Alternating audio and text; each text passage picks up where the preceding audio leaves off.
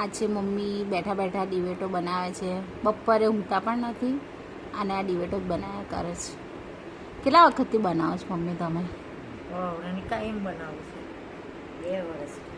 2 વર્ષથી ડિવેટો બનાવે છે. આ બધા સગા સંબંધીઓને આપે છે. પુણ્યનું કામ કરે છે. આટલું બધું રૂ છે, આ ડિવેટો બનાવે છે. થાકતા જ નહીં. સવારના ઉઠે તો બપોરે ઊંઘતા પણ નહીં.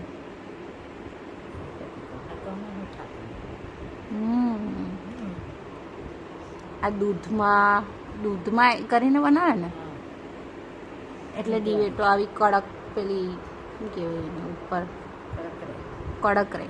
કાચું દૂધ, આ કાચું દૂધ છે અને એમાં જો આ રીતે બનાવે છે.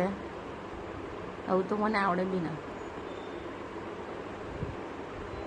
પછી પેલી લાંબી પણ બનાવો છે ને, લાંબી સળીથી બનાવે, અગરબત્તીની સળીથી બનાવે. આ હાથ આવી રીતે બોળે, પછી દૂધમાં બોળે અને પછી આવી રીતે કરે છે.